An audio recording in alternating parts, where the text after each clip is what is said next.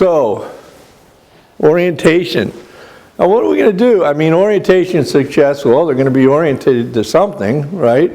Well, yeah, this is where we're going to really have an opportunity to teach them about the uniqueness of our program and the things that they're going to be provided in the program. So describing to the client the general nature and goals of the program, the rules governing client conduct and infractions, we got to have some order, right? That can lead to disciplinary action or discharge from the program. And in non-residential programs, the hours during which services are available. And here's real important too. If you don't tell a person what the cost is going to be to them, that's why a lot of programs do a little bit of orientation, because in intake too, another thing you didn't talk about, you're doing some financial documents if there's a cost for services. But the last thing you want to do is go and tell a person, you know, hey, you've been here 30 days, you know, you owe me $3,000. What? You didn't say anything about that. Yeah, you know. I mean, and that could totally ruin the whole thing too. And it's not humane to do it. So that's why in orientation, we do treatment costs to be borne by the client, if any, and the client's right to refuse treatment or refuse any aspects of treatment. Now, if they refuse certain aspects of treatment, maybe your treatment program isn't the one they need to be in, because you might not have the latitude to dice it up for folks, you know, where, well, I'll take a little of that and I'll take a little of this, and, you know, that doesn't necessarily work if you're providing a program that's created to provide a full continuum of care. So, all right, well, let's start moving into the more clinical pieces of the treatment episode. And when I say more clinical, because now we're going to move into assessment, and we're going to start really delving into this person's strengths and weaknesses and evaluating what their needs are. Okay, we realized that they were appropriate and eligible in screening. Okay, and based on that, we did some fact finding, and we did an intake on them, and now they're in our program, and now we've orientated them to our services, whether it's residential or outpatient or a DUI program. They know a little bit more about that, or a PC-1000 program.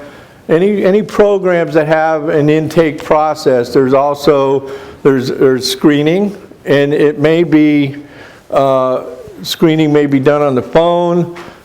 Intake is always done in person. As part of that intake, there's an orientation process.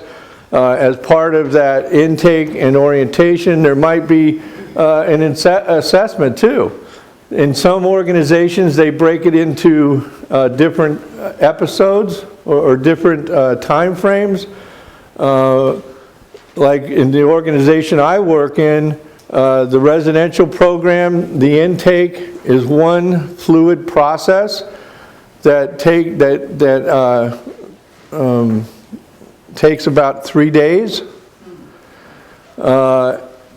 and is made up of multiple sessions with a case manager and a counselor. In outpatient treatment, intake is done. Intake assessment and treatment planning is done in 3 different sessions. You have the screening is done on the phone or in person. They do pre-admission form that will be screened by the counselors, and then when they're determined appropriate and eligible, they'll be assigned an intake date. That's one single appointment. Part of that intake is orientation, then they're assigned an assessment appointment, and then they're assigned an intake appointment. Treatment organizations do it similarly, but believe me, there is not one that's exactly like the other.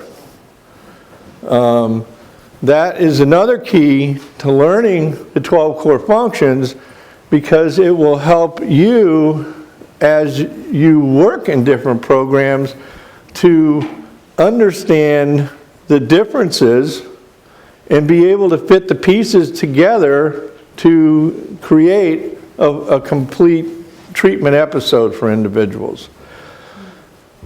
So, assessment of procedures by which a counselor program identifies and evaluates an individual's strengths, weaknesses, problems, and needs for the development of a treatment plan.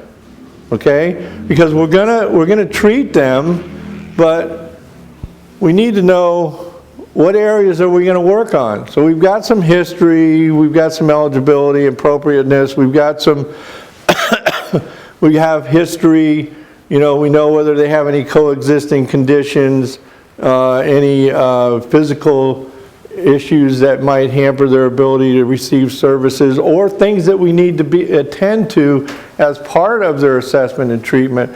But this is an opportunity where we really get to sit down with them and start building that relationship that in many cases is life-sustaining. Why do we start with strengths? Why not start with weaknesses?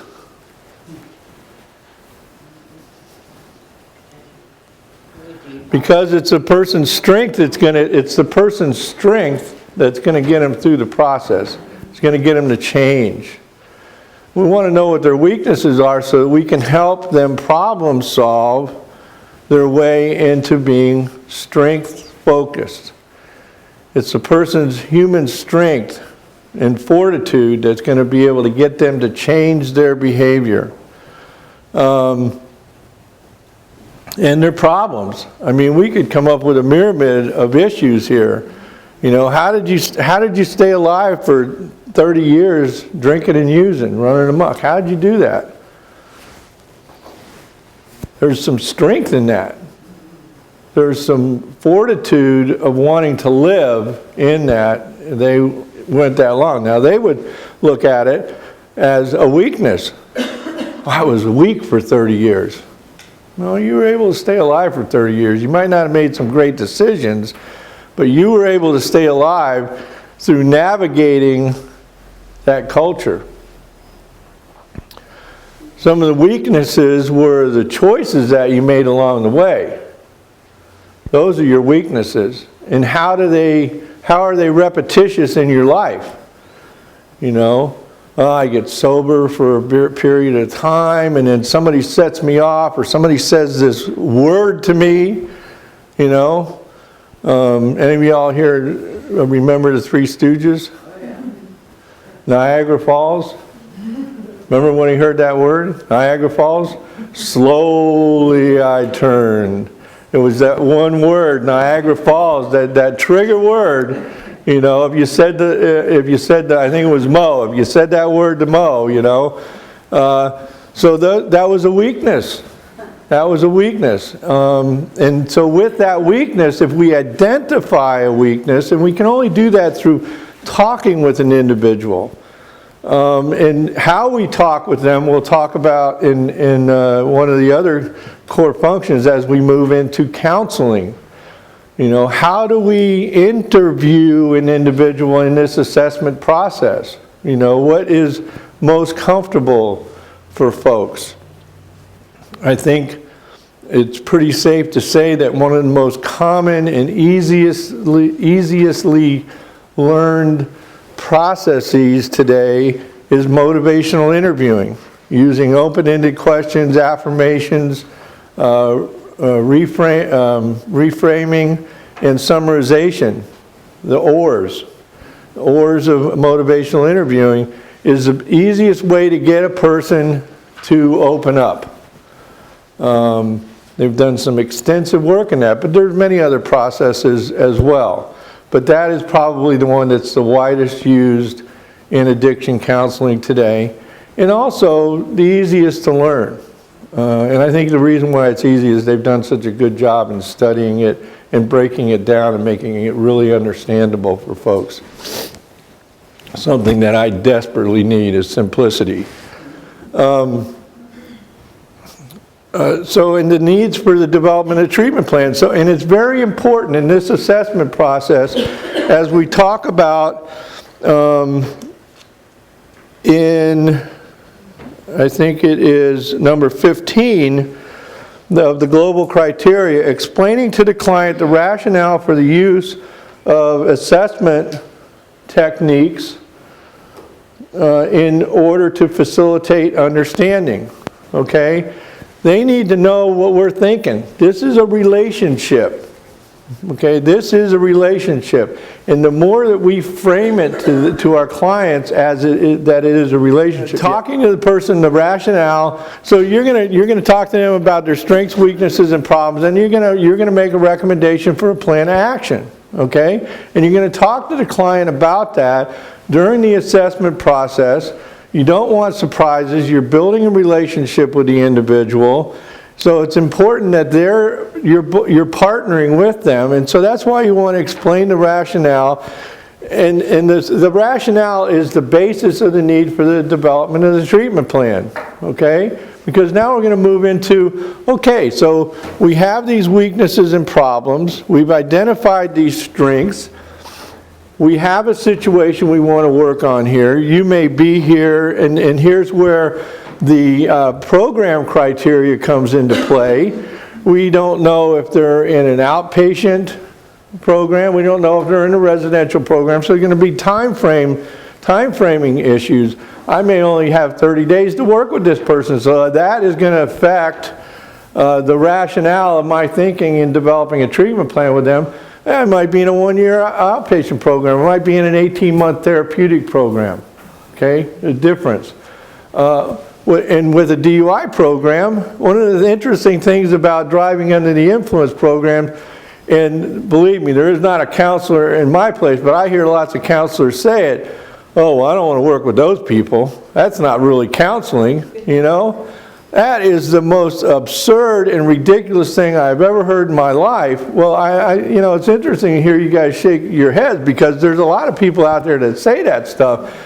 And driving under the influence services, okay, is the only modality that has the treatment plan written into law.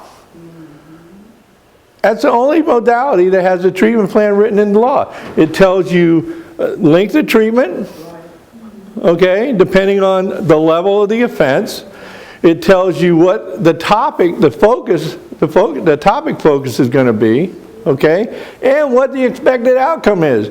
It's all right there, you know. So anyway, I kind of get up on my high horse when I talk about that. So I started in DUI years ago and still do it and love doing it, and because that is that is the point from which you can intervene in a person's life in such a way that it can minimize the disease of addiction or alcoholism on their lives, their family lives, and society's life.